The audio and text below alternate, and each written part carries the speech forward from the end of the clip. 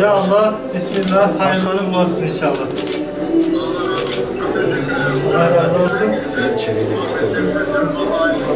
Yönetim olarak. Çok güzel. Kaç oda? 3 artı maşallah. Şurada böyle değerler nokta. Yatılı kalan 20 diye biliyordum. Ya Rabbi Resul-i Ekrem aleyhissalatu vesselama olan muhabbetinin, sevginin, aşkının hürmetine. Ya müfettihal ebbab, iftah lene hayrel bab. Ya Rabbi senin rızan için hayırlı bir yer açtık. Sen rızan için hayır üzere tebdil eyle.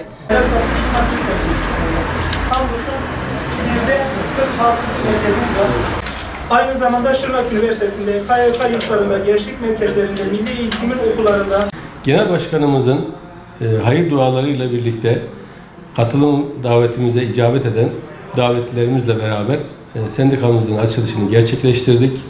Sendika büromuzun tüm eğitim camiasına ve Silopi'ye hayırlara vesile getirmesini diliyoruz. Eğitim camiasında bu tür bir büroya ihtiyacımız vardı.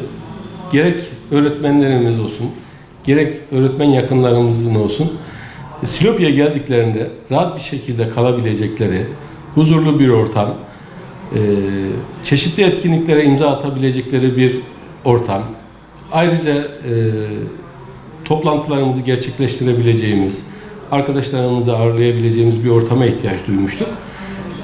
Bunu da büromuzu açarak gerçekleştirdik. Emeği geçen, katkı sunan, başta Şube Başkanımız Abdullah Çatı olmak üzere tüm arkadaşlarımıza, yönetimimize, iş yeri temsilcilerimize teşekkür ediyorum. Üye sayımız dediğim gibi 2008 yılında bizler başladık bu kutlu davaya da yolculuğa.